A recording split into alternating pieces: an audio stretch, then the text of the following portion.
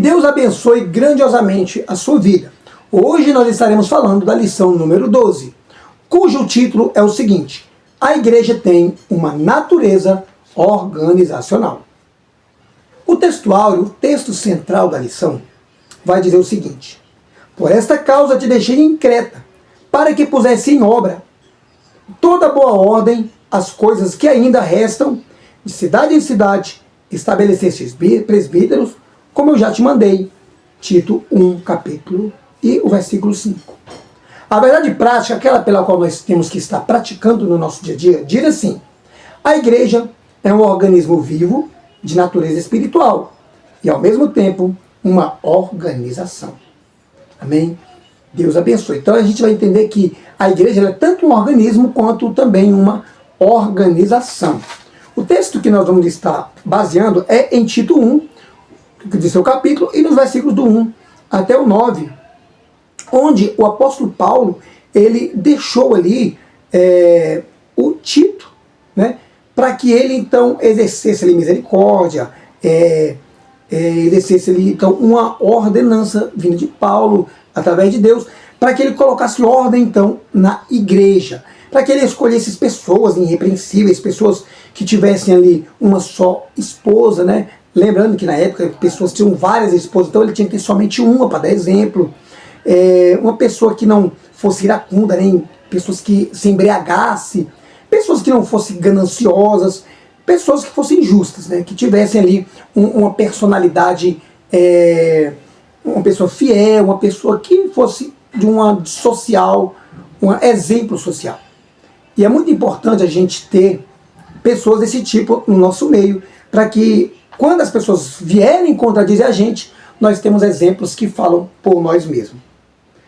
E a Bíblia vai mostrar, referente à igreja, tanto a organização quanto o organismo, que a igreja é um corpo espiritual.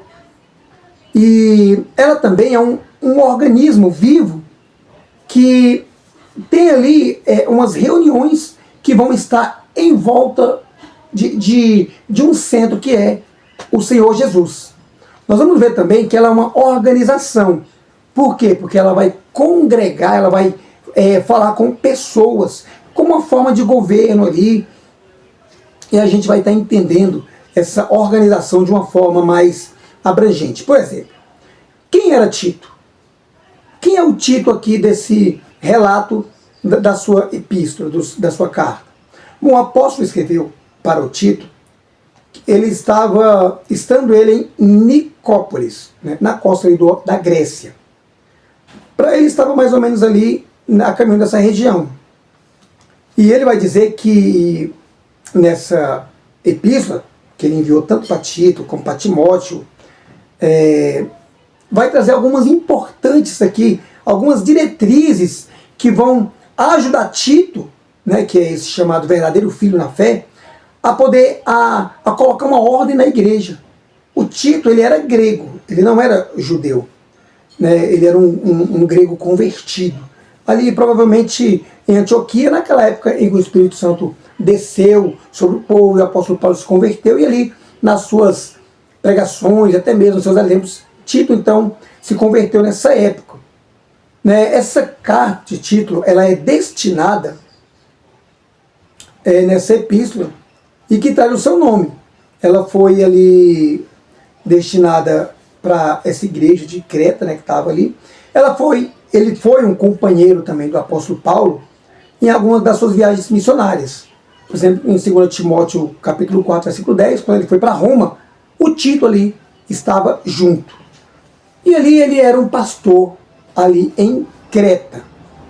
Ele tinha ali, Creta era essa ilha, e o apóstolo Paulo então colocou ele para que ele colocasse essa ordem ali, naquela igreja que foi estabelecida, e pediu para que colocasse presbíteros, né, que são pastores. Os relatos vai dizer, ali em Atos, né, que ele passou por Creta durante a 4ª viagem, e ele deixou ali pessoas dentro da igreja, e agora Tito vai tomar de conta dessa igreja. Creta é um local que está ali no norte da África, né, nos termos da Líbia. E a situação espiritual de Creta era um pouco triste, era desanimadora, porque a igreja estava com uma grande desorganização, estava gerando muito descuido, estava tendo ali alguns comportamentos não legais daqueles crentes que o apóstolo mesmo denuncia no capítulo 2. Então estava tendo um relaxamento espiritual ali que estava caracterizando ali os crentes cretenses. E sem falar que tinha ali alguns judaizantes, rebeldes, mercenários, e eles estavam provocando várias discussões ali no meio daquela igreja. Então foi muito importante ali a instrução paulina para que ele então enviasse alguém para lá para poder tomar de conta daquela igreja. Porque o Tito era uma pessoa capacitada. O local, a igreja de Cristo, estava sofrendo, estava tendo problema por aquelas pessoas.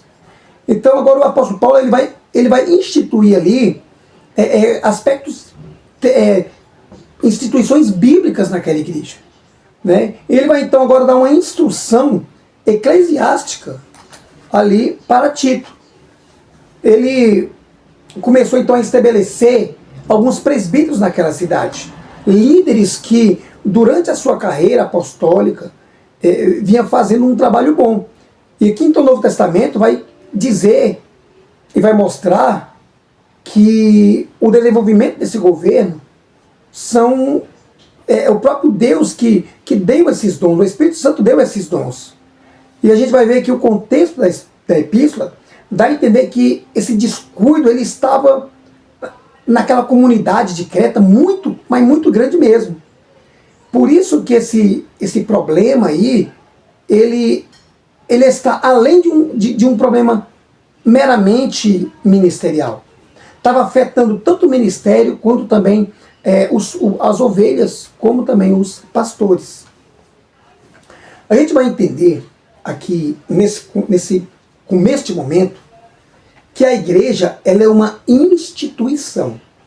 O que é essa instituição? Esse organismo com uma forma individual de vida? É um ser vivente, um ser vivo. Quando a gente fala sobre a eclesiologia, sobre a igreja, significa que a igreja ela é um organismo. Por quê? É um corpo espiritual, vivo. A gente vai ver, no caso, em 1 Coríntios 3,16, que ela é uma instituição divina, que veio por uma existência de um poder de Deus. E aqui o maior foco da igreja, como esse organismo, é a vida dela. A própria vida da igreja é algo que veio de Deus, é algo espiritual. Então ela é uma instituição divina, que só pode ter vindo por causa do poder de Deus. Na igreja, isso foi acontecendo com o tempo, desde os dias apostólicos. O apóstolo tinha em mente uma organização da igreja. Então ele viu que o organismo, a igreja tinha vida. Como a igreja tem vida, agora ela também precisa de agora ter organização, de ter ordem na igreja. E a gente vai ver no Novo Testamento, alguns lampejos nos mostram que alguns irmãos se organizavam ali, e em favor dessa organização, havia um horário de cultos, havia um local de culto, reuniões ali para poder consagrar presbíteros, né, segundo a época ali, que estava,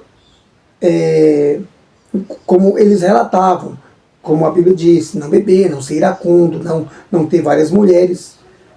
E aí, essas famílias que estavam na igreja, elas tinham que ter, então, esses líderes com essas características.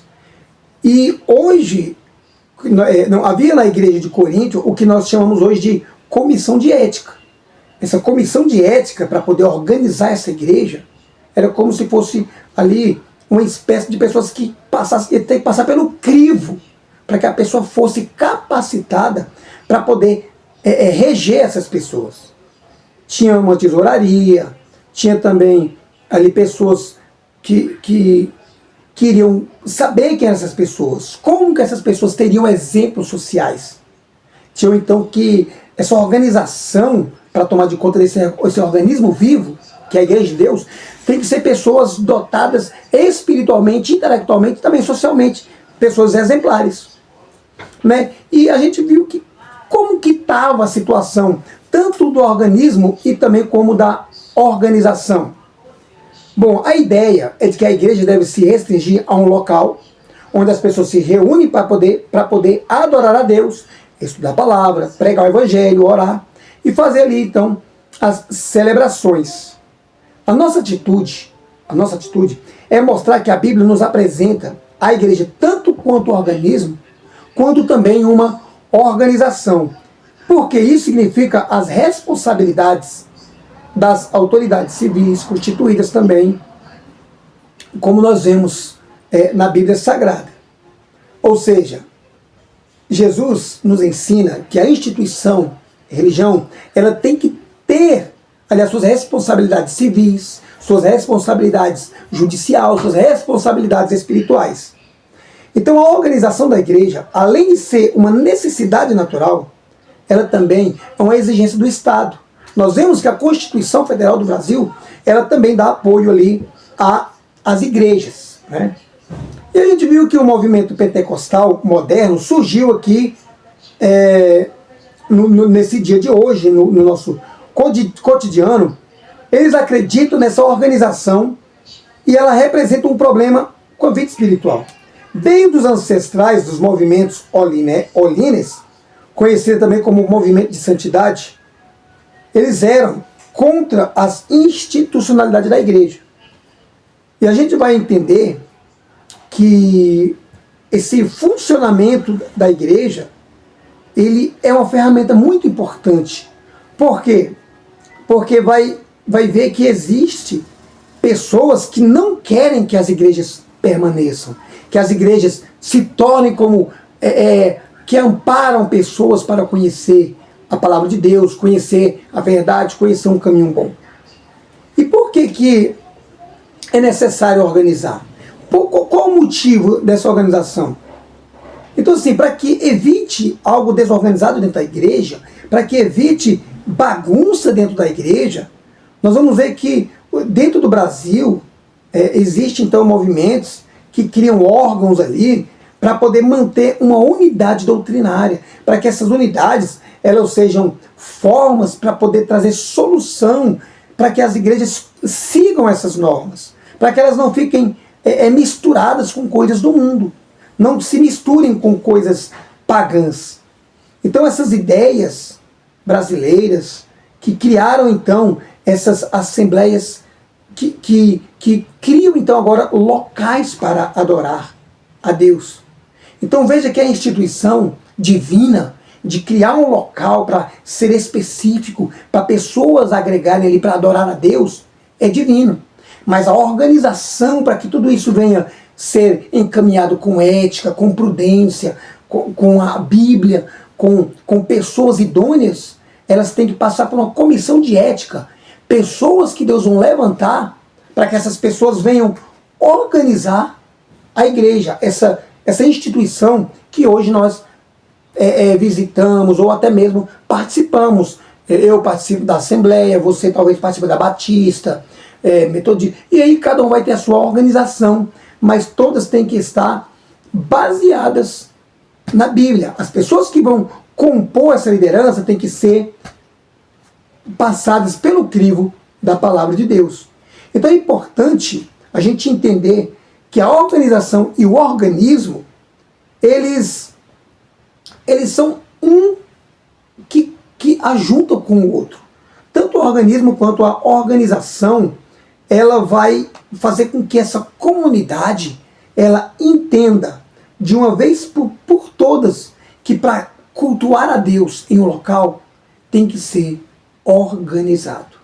Então hoje, quando nós falamos de igreja, falamos de um local onde a gente fala de Deus, essa instituição ela tem que ser organizada. Então vimos que mesmo que existem pessoas, como a gente viu, pessoas que querem e que não querem que a igreja sejam instituídas, a palavra de Deus o Estado também nos dá então esse privilégio de termos igrejas, instituições que são organizações e também um organismo vivo, porque foi o próprio Deus que assim o inaugurou. Na própria Bíblia nós vemos que o local que Davi teve na sua mente, os tabernáculos feitos antes, e assim o templo sagrado que foi construído para que Deus habitasse ali dentro, era um local para organizar pessoas, congregar pessoas, para que todos em prol daquela organização cultuassem ao nosso Deus. Então vimos que a igreja, ela é tanto uma organização, quanto também um organismo. A sua natureza, de onde ela veio, é divina. Eu não sei de qual igreja você é, mas eu tenho a certeza que se a sua igreja prega a palavra de Deus, fala sobre o Pai, o Filho e o Espírito Santo, e prega que a salvação só é mediante a Cristo, você está na instituição correta. Que Deus venha te abençoar grandiosamente. E eu te convido para que nós venhamos, mais uma vez, falarmos da última lição que fechará esse trimestre, perseverando na fé em Cristo. Então, diante de todo esse trimestre que nós passaremos, na lição que vem, nós vamos falar e vamos fechar com chave de ouro. E eu convido você para a 13ª lição do trimestre. Fecharemos perseverando na fé. Eu aguardo você no nome do Senhor Jesus. Que Deus te abençoe e graças a Deus.